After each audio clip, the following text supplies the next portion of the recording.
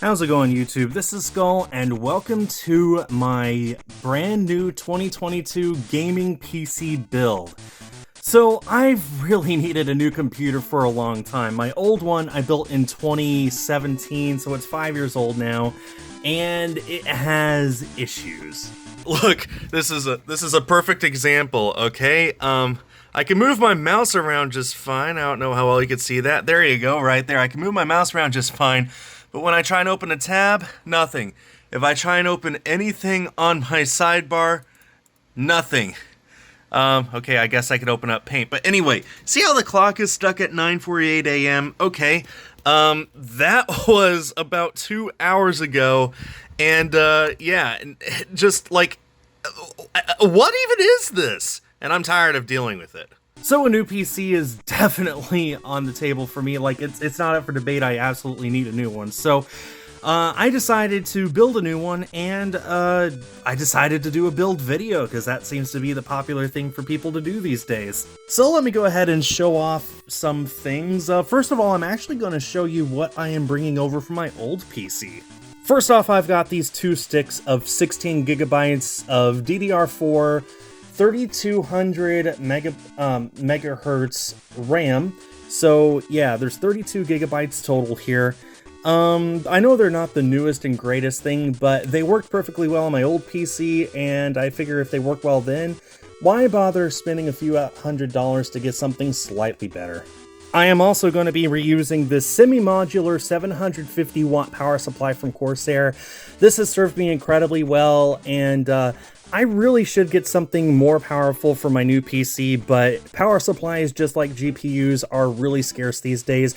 I know this is reliable. The very first power supply I ever bought was dead on arrival, and I really don't want to have to go through that again. So yeah, 750 watt semi-modular power supply. I'm going to call that definitely good enough to just reuse all over again. And that's basically it. Everything that I'm reusing from my old PC, outside from 2 external hard drives, which I don't see the point in showing off here. Anyway, so let's go ahead and show off the components for the new PC. I've got this beautiful, brand new Ryzen 7 5800X CPU. 8 cores, 16 threads, PCIe 4.0, 4.7 gigahertz. When it's overclocked, but it's 3.8 gigahertz base. So this is, again, not the most elaborate CPU that you can get. You could definitely get Ryzen 9s that do way better, but for cost of performance, I'd say this is probably all that I'm going to need for a while.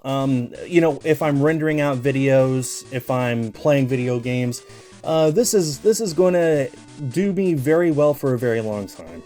As far as storage goes, I'm going to be using these XLR8 gaming NVMe M.2 SSDs from PNY, 2 terabytes each, so 4 terabytes total of just about the fastest SSD storage that's on the market, up to 7,500 megabytes per second, which is absolutely insane. I'm really looking forward to using these. I've never had internal SSDs before, especially not M.2 NVMEs, and now I got 2 of them.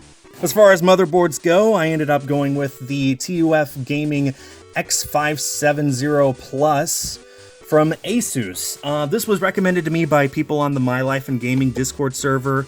Yeah, it is an X570, pretty much the standard go-to gaming motherboard right now. This supports the Ryzen 7 5800X right out of the box. It has so much extra stuff that I don't really know what I'm going to do with it all, but I just wanted a nice motherboard that can handle everything I need without complicating things, and it looks like this is pretty much exactly what I need. So yeah, also it has PCIe 4.0, has DTS, really?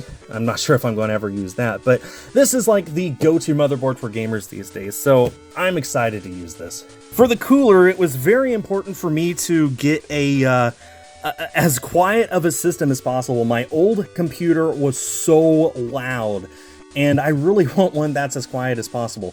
So I ended up getting this Noctua NH-D15S cooler for the CPU. This thing is going to be so quiet.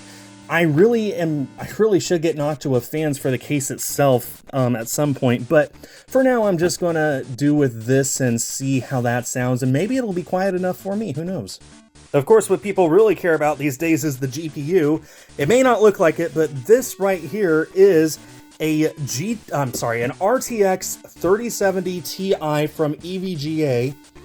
And the reason it looks like this is because it's a, I forget what exactly it is. It's like it's a refurbished one, or it's like something like that. In any case, it's basically brand new. It's just not being sold as such. I really would have preferred a 3080 or even a 3080 Ti, but you know, right now with GPUs being so high priced, beggars can't be choosers. I'm not proud of the money that I paid for this, but when all said and done, I paid a fair price for it. I didn't get a good deal, I didn't overpay, I got a fair price. If you go to eBay and see what 3070 Ti's are going for right now, that's what it is. And I've decided, since I'm building a brand new PC anyway, may as well take the opportunity to include some extra stuff. For example, this 4K 60 Pro capture card from Elgato. I have an Elgato HD 60 Plus right now, 60S, one of those. Anyway, but it's not able to record 4K. So having a 4K capture card is just going to be really nice for me to be able to record and stream my PS5, my Xbox Series X, all that awesome stuff. Plus, this combined with the Elgato I have means that I can record and stream 2 capture cards at once, which is really, really nice if I expect to get back into shiny hunting later this year after I'm done moving. And I've never really been a fan of how my microphone sounds. Like, it just sounds awful. So I'm finally breaking down and getting some proper audio equipment. I decided for the microphone to go with the Shure SM7B, one of the go-to microphones for streamers on YouTube and Twitch. I've heard nothing but good things. I've heard tons of sampling of people using this thing, and I'm really looking forward to hearing how my voice sounds through it. And in order to properly mix it into my computer, I will be using a Go XLR Mini, which, as I understand it, is basically a Go XLR, but with like 99% of the stuff that I don't need stripped away for a much more reasonable price. And finally, for the case, I have ended up going with this beautiful specimen from Fractal. I've been assured that this is a very quiet case with lots of airflow, and it should fit all my components just fine. And I just really love the white look of it. I'm sure after it collects some dust, I will not feel that way. But man, look at the design of the front there. It's got just about everything I could want, including a Type-C cable port right there at the front. I am looking forward to loading this up with my stuff. And you know, with that being said, let's go ahead and get started.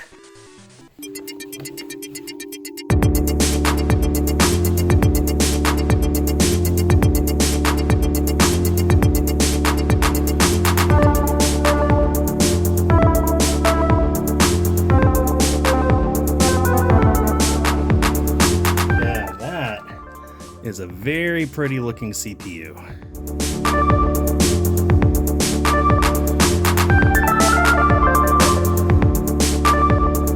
Here he is. Say hi to Alex, everybody. He's not looking at you. He really wants to put down, but I love him very much, and I just wanted to show him off in the video real quick. Sorry, Alex, I need to film this.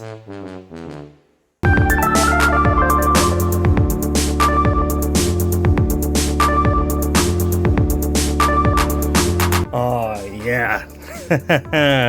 Now that is a CPU cooler. Noctua is well known for their incredibly quiet but incredibly efficient fans, cooler fans for their CPUs. And I bet you guys are wondering how much thermal paste I'm about to use.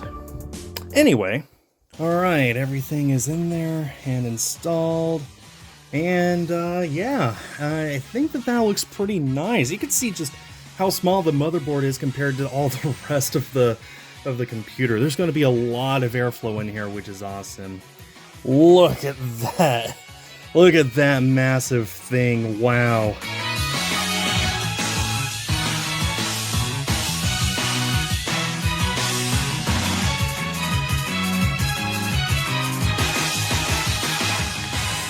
Well, I am finally done. It took me, God, maybe 2 hours, honestly.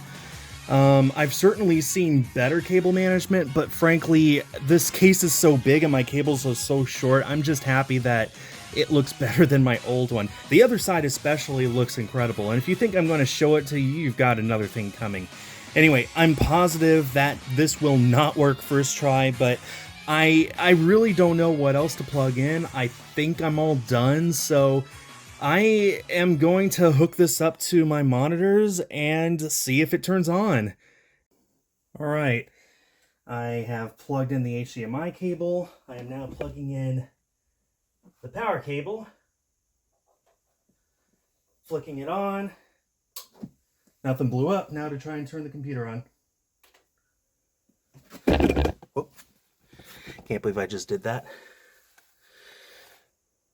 Oh, that is a quiet machine.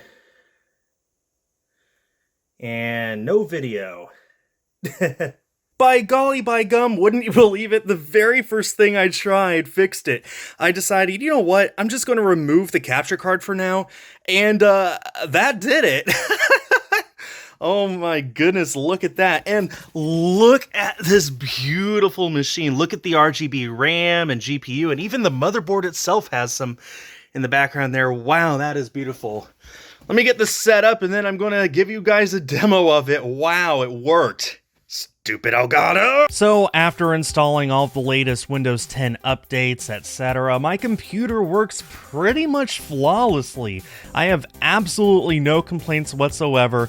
It loads ultra fast, like from boot up to desktop within maybe 10 seconds or less, thanks to those amazingly fast SSDs. And games load super fast too. In fact, right here you could see me loading into Microsoft Flight Simulator, probably the most taxing game for current computers, and it's notorious that even the best personal computers in the world can't really run this at ultra settings. In fact, my computer barely manages to do 4K 30. But then lowering it down to a mere 1080p seems to make it go up to the 60 FPS range, somewhere around there. Whereas my old computer could only do maybe 1080p 30, and while it could technically load 4K, the frame rate was only like 4 or 5 frames per second. This is definitely an upgrade, and like I said, it loads super fast as well, which means I am going to be playing a whole lot of MS Flight Simulator in my near future.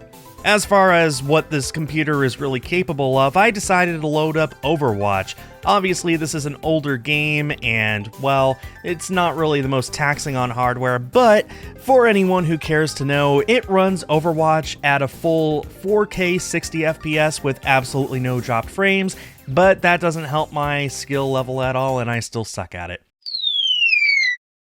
In terms of benchmarking, about the only game that I could think of that I've got that could set a good benchmark is Far Cry 5. My old rig could barely render this at 1080p 30, but as you can see, loading the game up at a full 4K, and it manages to go through the benchmark at more or less 60 frames per second. Although it says 59, it really more or less rounds up to 60.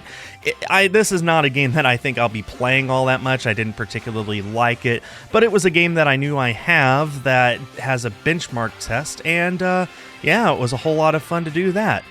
But it's not just limited to all the newest games and all the ray tracing on all that stuff. If you want to play old games on this, obviously you can. As you can see, I've loaded up Sonic CD here from my Steam account, and to the surprise of absolutely no one, it runs that game perfectly flawlessly, with absolutely no problems whatsoever. I'm not a fan of emulation myself, I much prefer original hardware, and if I'm playing older PC games, I'm honestly going to be playing them on like my Windows 98 machine instead of this, but it's nice to know that this does exist. And if you're wondering about that Elgato capture card, don't worry, after all the Windows updates, it works flawlessly. I'm using it here in this footage to record video from Final Fantasy VII Remake Intergrade on PlayStation 5, and as you can see, it is a native 4K 60 resolution captured into the Elgato. It just looks absolutely crisp, and it records 1080p up to 120 FPS as well, which I'm probably never going to take advantage of, but at least the option is there. I'm more just excited that I can finally record and stream a full 4K when capturing game footage. Gotta be on top of the curve in this business, and I'm glad that I am. But playing games is only part of the reason why I built this new machine. Of course, I am a content creator, which means I need to create content. So if you were wondering how the editing works, well, I do use Adobe Premiere Pro, which is kind of notorious for not really caring what kind of hardware you got. It could just completely crash for no reason and refuse to cooperate even if you get on your knees and beg. But as you can see here, the very first video I edited on this brand new rig pretty much was a flawless experience. I had no stuttering. I was able to get a full 60 FPS 1080p preview, render out a full 4K 60 with no issues. In fact, it only took about 10 minutes total to render out a 20-minute talking head video. Of course, that's without any extra effects and editing junk and all that. But this video you're watching right now, this very one that I am speaking over, I edited on this rig, and I'm recording this voiceover at the very end of editing, and let me tell you, it's been a flawless experience, which has not always been the case on my old rig.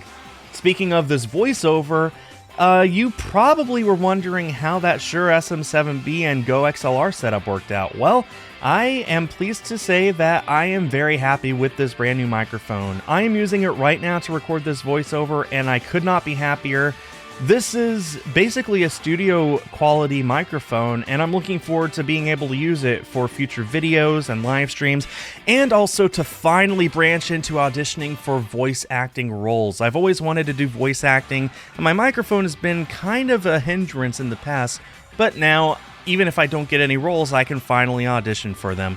So thank you all very much for watching today's video. I hope you all enjoyed the video. Please leave a like if you did, and consider subscribing for future videos. I am going to be using this computer to its fullest in the months and years to come, and I can only imagine what kind of content I'm going to be creating using it. Thank you all so much for watching, and stay tuned for more.